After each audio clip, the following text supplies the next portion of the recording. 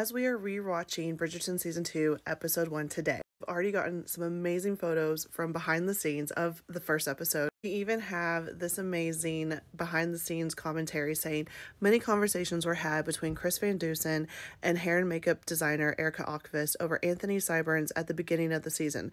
For Chris, those sideburns symbolized that of the old Anthony, the rakish party boy, and so they had to go. And then they also shared this amazing photo of Eloise Bridgerton being presented. And if you'll remember, Anthony, going back to the sideburns, had these like crazy sideburns in season 1. And now they're gone, kind of like that Shondaland Bridgerton makeover. I also want to call out the title because it is from the first Lady Whistledown that we read in The Viscount Who Loved Me, where she says, "A rake, uppercase, knows he is dangerous to women." And then also notice in this very first episode is now we have Anthony Bridgerton instead of Daphne Bridgerton. Another change from the opening credits is now we have the Pall Mall scene included. We also have Anthony's pocket watch included. There's so much to love in these very first few minutes of season 2, episode 1. And I even love how Daphne basically hands off the baton to Anthony, being like, "I wish you so much luck this season, brother." One of the best things about Bridgerton season 2, episode 1 is getting to see the behind the scenes of how Penelope Featherington makes Lady Whistledown work. And of course, with it being St. Patrick's Day and Nicola coming from Ireland, getting to hear her use her Irish accent was just an amazing Easter egg. And also the fact that the Featheringtons do have cousins in Ireland. So this is why this scene is just a fun Easter egg for so many fans. On 20. My mistress changed her mind. You're new to this arrangement, so I'll say this only once.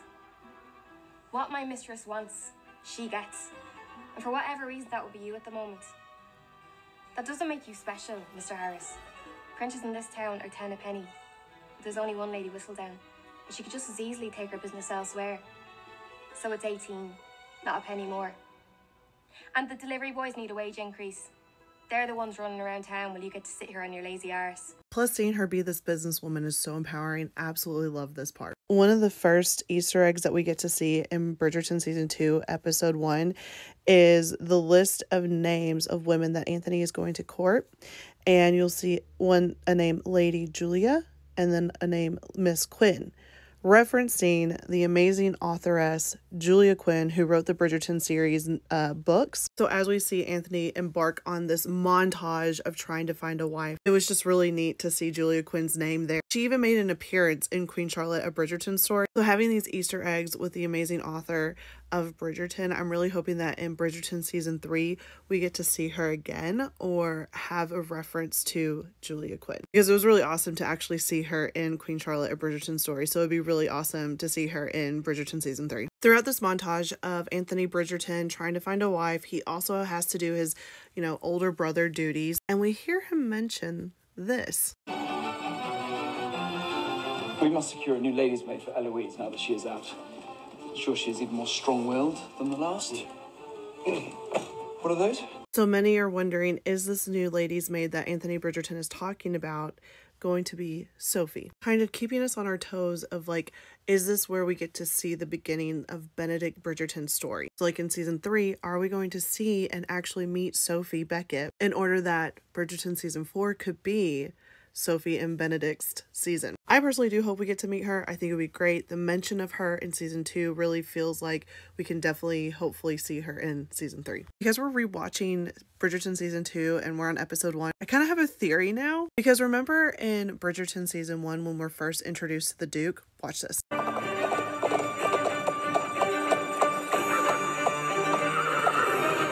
And this is how we're introduced to Kate Sharma.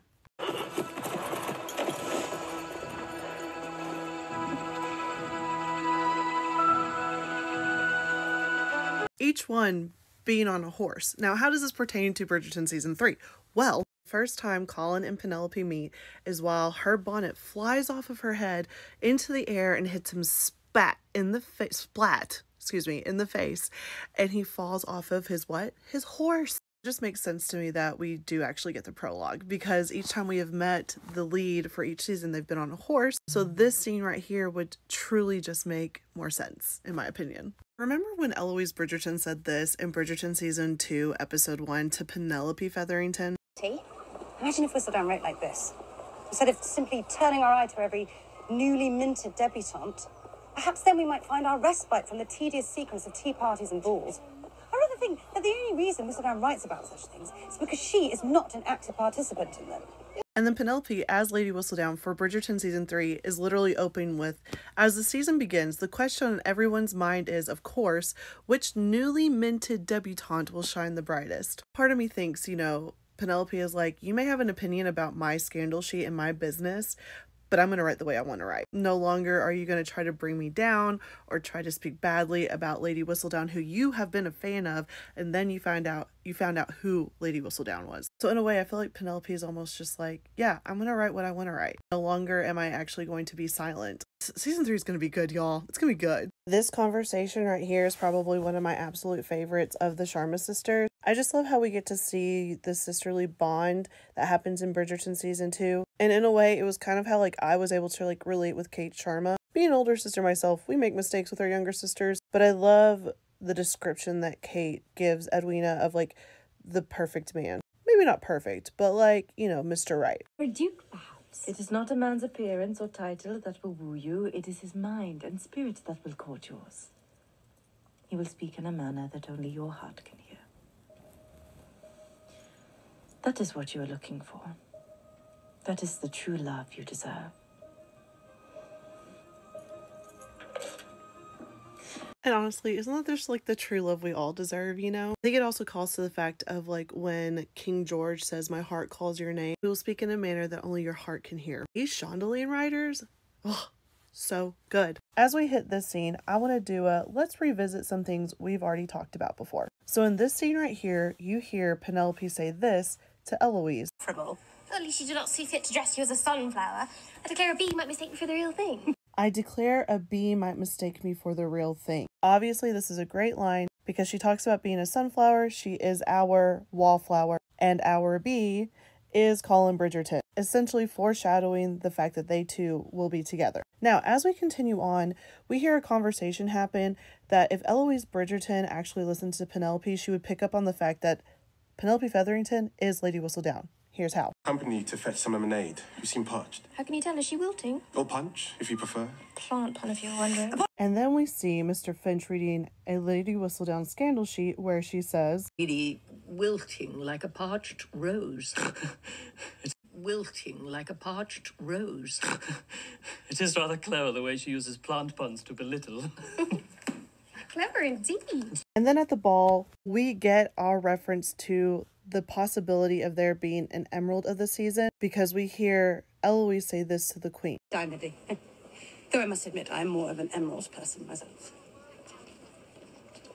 Oh,